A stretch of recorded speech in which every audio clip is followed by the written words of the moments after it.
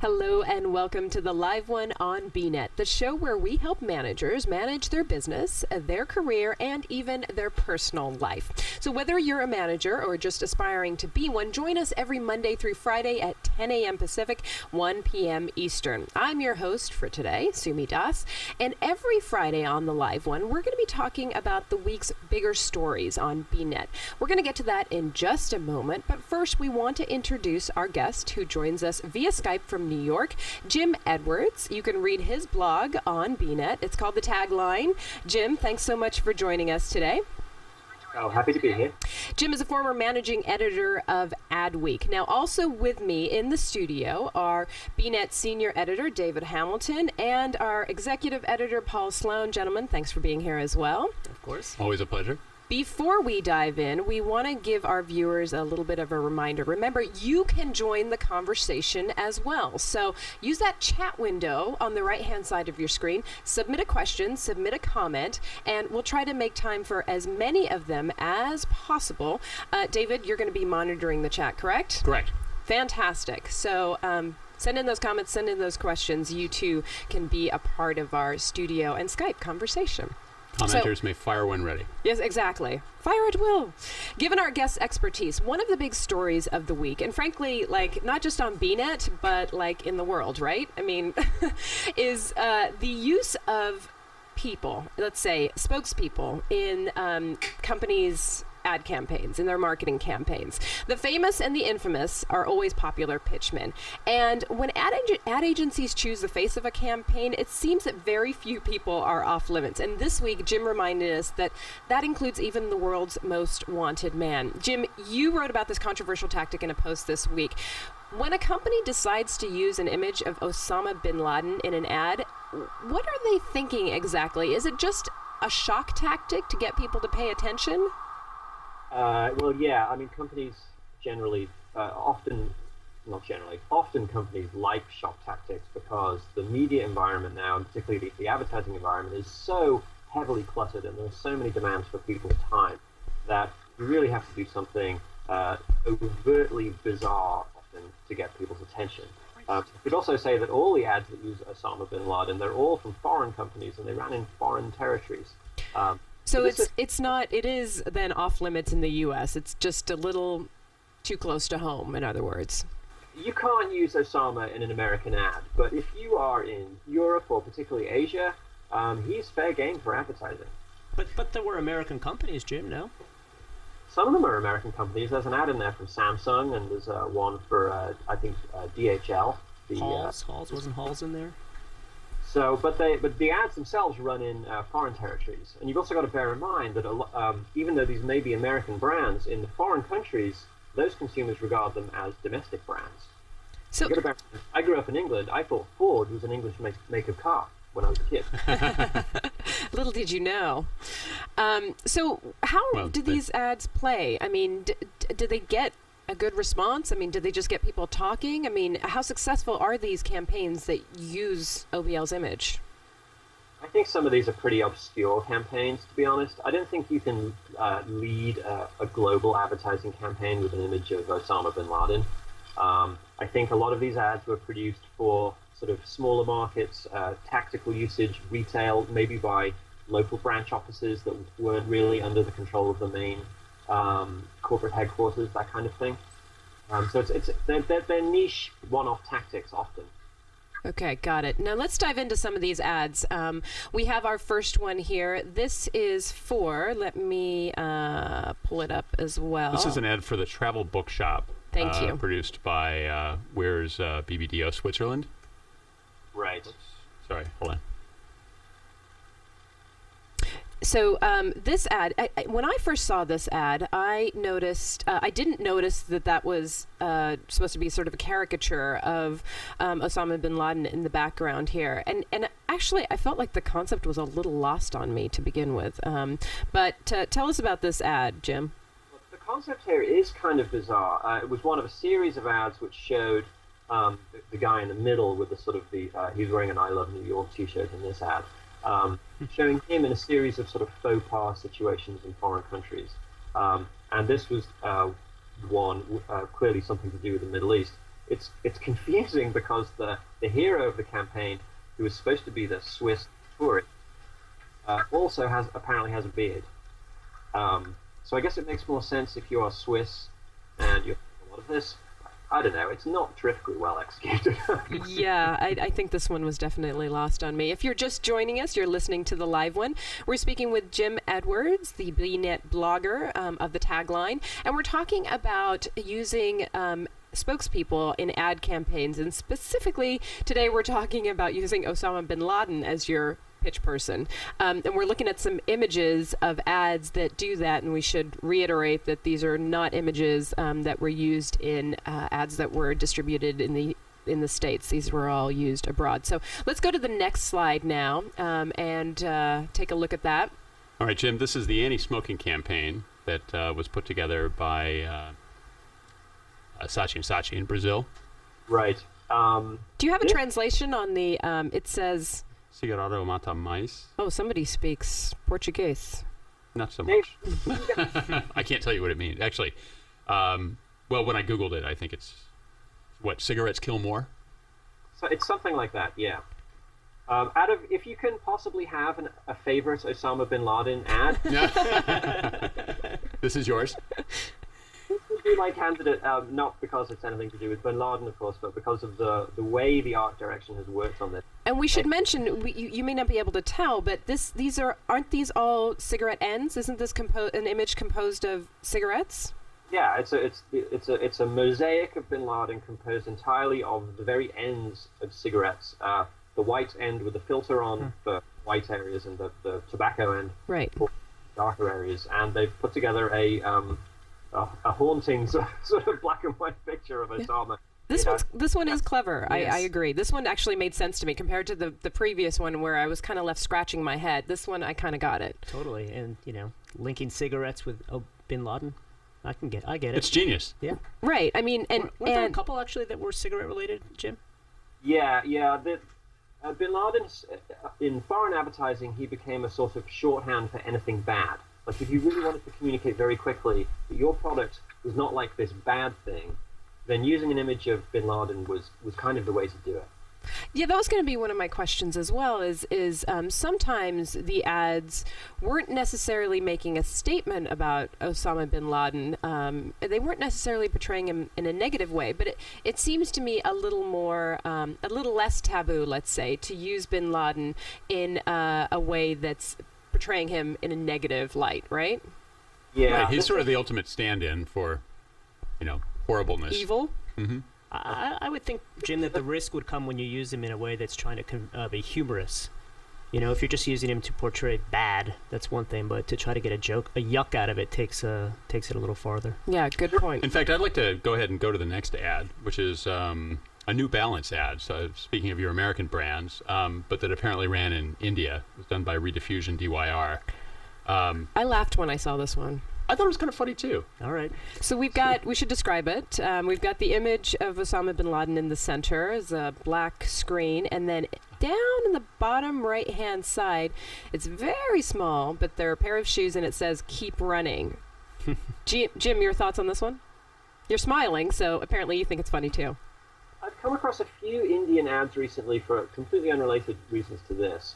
And my impression about advertising in India right now is that, well, first of all, the economy there and the advertising economy is just blowing up hugely. And there are few ways in India in which you can sort of cause offense to people. Like, literally anything goes. And I think this is one of it, because the keep running, the notion here is that Bin Laden would get away more if... if he would only wear New Balance. Yeah, they're recommending this product for him, which is... I don't know. It's sort of hard to imagine this going over with an American audience. Well, or at least a general American audience. Can I pipe in as an Indian? I actually think that given the sort of Pakistan-Indian rivalry, as it were, that this might actually play into, I don't know about whether or not Indians would be offended by it. You're certainly more of an expert in that area, but I think it kind of plays into the fact that there is this rivalry, and he was thought to be in Pakistan, as he was, and so I think maybe Indians might kind of enjoy this for the way it kind of feeds into that rivalry a little bit. Right. The other thing to bear in mind here is that often when you see these ads, it's a reminder, and it's a reminder that a lot of us in America are kind of uncomfortable with, which is that for most people on the planet, America is just not the center of the universe. And these people that we care very deeply about or really dislike and are very sensitive about, other people in foreign countries, they just don't care. They're just, people in the news kind of thing. And also in a lot of these other countries, and I suspect India is one, there is not a culture of political correctness. And you put those two dynamics together, and you get what in America would be these enormously offensive ads. All right, should we go on to the next? Sure. Well, I'm going to skip the next one and move on to the Halls ad we were mentioning earlier. This was done by JWT Beijing, so I assume it ran in China perhaps only. This shows a heat map, essentially, of Bin Laden, who is, I guess, apparently as cold as ice here, except for his global phone or his walkie-talkie. I didn't quite get this one either. But yeah, it's a little tough to explain what they're sort of suggesting here, because I'm guessing it's the menthol, like, soothing coolness of the cough drops, keeping him, but he's not lower profile out of sight on the heat map. But I don't know why his phone is lit up. Did you have a thought on this one, Paul? I didn't get it. Yeah. Well, it's not like there are no halls anywhere in the ad. So he's holding the walkie-talkie. Oh, there's halls at the very bottom of it. No, I mean, he's not holding. I meant he's not. He's not sucking on a lozenge or whatever. Right. I would think that would be very unusual to see, actually, to associate the product that closely with Osama Bin Laden. Yeah. Now, one thing you've got in China is that a lot of ad imagery in China is highly militaristic. They find, sort of the military and the fighting man icon rather more exciting in their advertising than we do. So a lot of their ads have sort of fight or conflict themes going on in them, which is maybe why they thought Osama was appropriate in this ad. It's an odd one, though. It doesn't portray him in any... It doesn't really go for a humor vein, and it's not really portraying him as a bad guy. It's just sort of some kind of image that's recognizable. Apparently, he has a lot of sore throats. They're not all home runs, that's for sure. All right, should we move on to the next one? Sure. Oops. Pardon me just a second. Let's just get that one. Oh, this one's good. Lined up for you. Right. Oh, yeah. Okay. This is the Telefonica ad on call rates to Turkey by Young and Rubicam in Argentina. Paul had a reaction to this one. Talk about the globalization of advertising here. When we were looking at them 2 days ago, we were laughing about this one. All right, this one shows. Well, actually, Jim, why don't you go ahead with it? Oh wait, no, I'm looking at a different ad when you're looking at. There's a lot going on. I'm sorry, I ended up accidentally skipping one. I had to sort of spend a couple of minutes with this ad to figure out what the message was.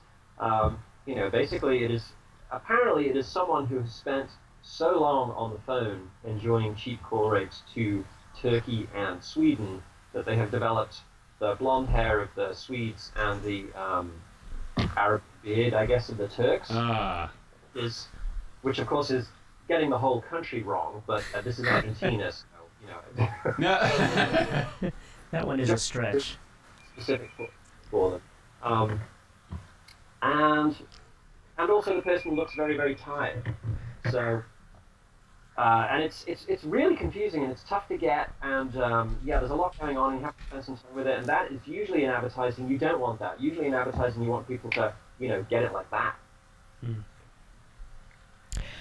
We want to remind people that you are listening to the live one. You're watching the live one. And if you want to join our conversation, you can do so via the chat window, and you can submit a question or a comment. We're speaking with Jim Edwards, and we're talking about the use of infamous and famous people in ad campaigns and the strategies that companies employ when they decide on who is going to be the face of their campaign. Do we have any comments or questions that you want to share? I did want to bring up one.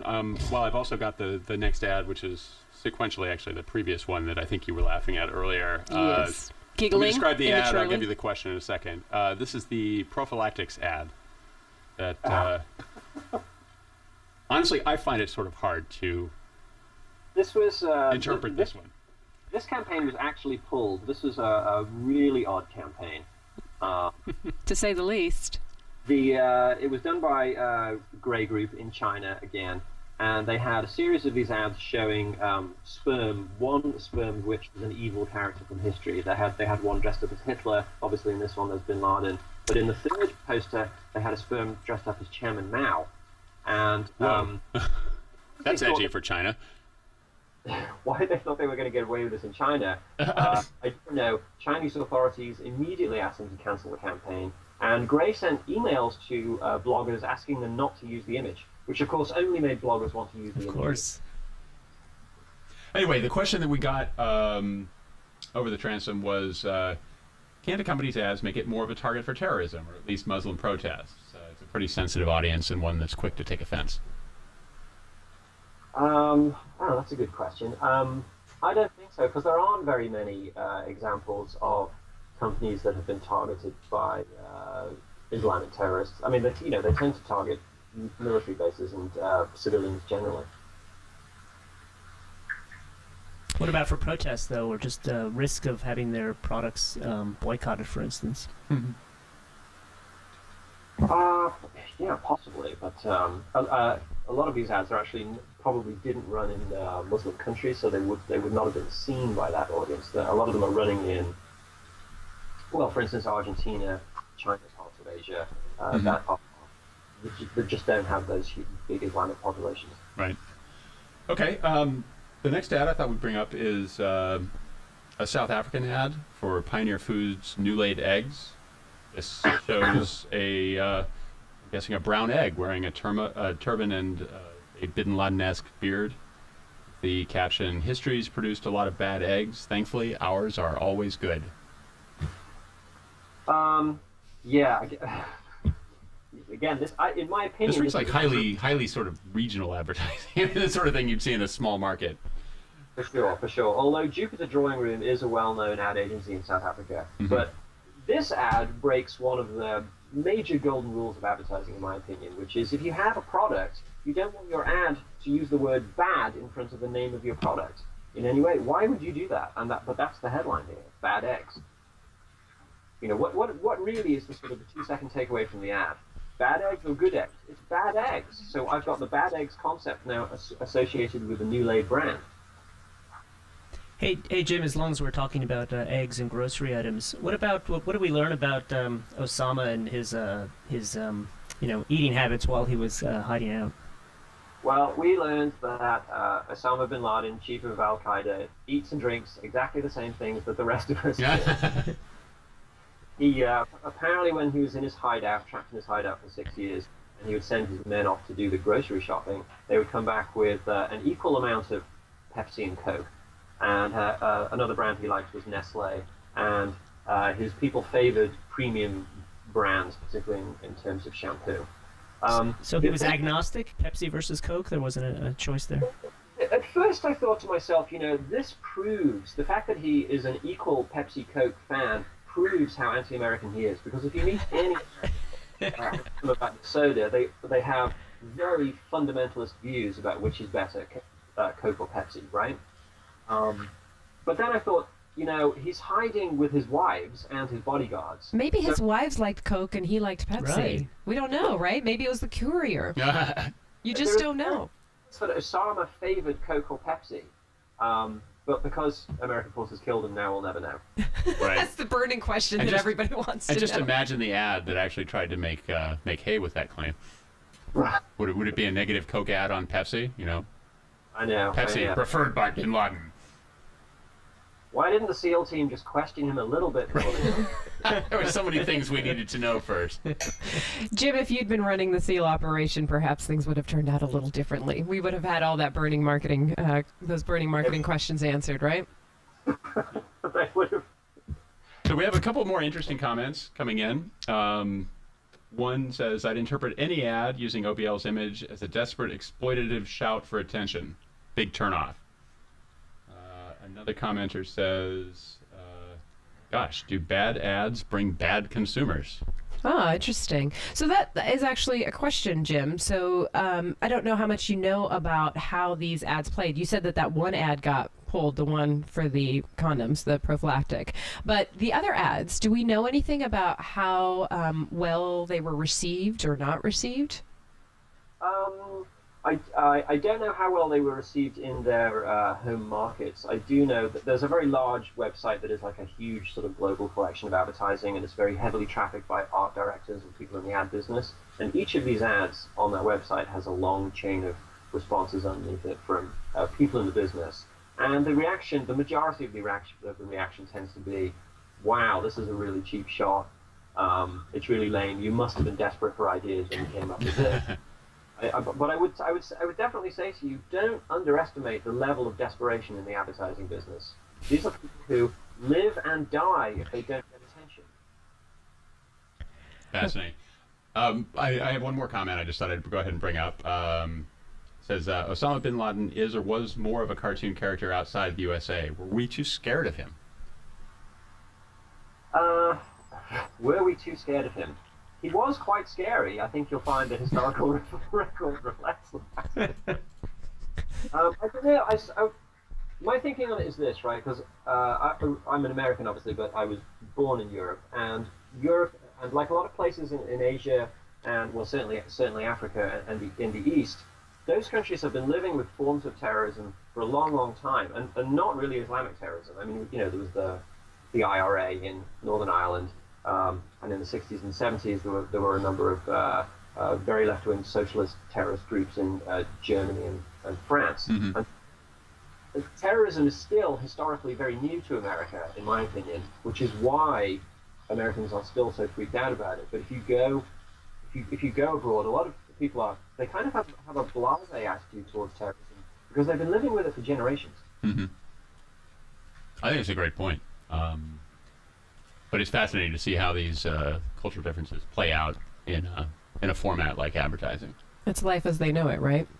So before we go, we do actually have one more question that we wanted to talk about, and that is another post that you wrote this week for your blog, The Tagline, where you talk about celebrities and how they rank. Okay, so we know that probably Osama Bin Laden wouldn't rank very high, in the U.S. at least, when it comes to appeal in an ad campaign. But who does rank high? Who are the people that are going to be able to push a product extremely well for a company?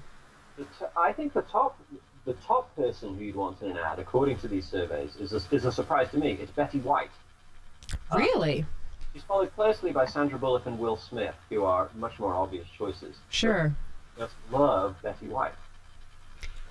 And what factors go into that? I mean, this looked like an actual sort of quantitative ranking of celebrities, right? What are they looking? What are the elements that are going into it to come to that conclusion? It's done by a company. The company that really concentrates on this is a company called ePoll, and they have panels of consumers who continuously rank celebrities by their appeal, and they rank them on several different variables. There's things like funny, sexy, trustworthy, reliable. There's like a lot, and then they mush them all together in a secret ePoll algorithm, of course, to produce an overall score, and Betty White is the celebrity that comes top of the overall scores. And is she pitching any products right now? Do we know? I don't think she is. I don't think she is either. Smith are either. She's definitely building the Betty White brand, though. Yeah, sure. Her value, probably the fewer things she pitches, her value would go up. Exactly. Yeah. Is there anyone on that list that that is used a lot, but who actually ranks low? Who ranks low but is used a lot? Yeah, that people, or that is that the media gives a lot of attention to. I thought there was someone you mentioned who actually gets talked about a lot, is high-profile celebrity, but actually isn't that great as a pitch person. Sure, it's Rod Blagojevich, former governor of Illinois. Yikes. Well, that's not surprising. Show notes. Howard Stern is on there. He's like 9th most disliked, and he pitches shows. Paris Hilton advertises her own product. She's 10th most disliked. Yeah. Rush Limbaugh is 11th. That makes me so happy. I am so pleased to hear that. This is a good way to end the week. Yeah, exactly. I thought it was fascinating that Elliot Spitzer is on that list. What's he selling? He's got a show that he's selling, probably. He's selling those prophylactics. That's terrible. Sorry. On that note, I think we're going to have to wrap up. So you've been listening to The Live One. Jim Edwards joining us via Skype from New York. Thank you so much for being with us for our debut Friday show. Hey, thanks for having me. You can read Jim's blog, The Tagline, on BNET. And also joining us, many thanks to our senior editor, David Hamilton, for monitoring chat. For having me. And also our executive editor, Paul Sloan. Paul, Thanks. thank you. Of course. Join us every Monday through Friday, 10 a.m. Pacific, 1 p.m. Eastern. See you next time.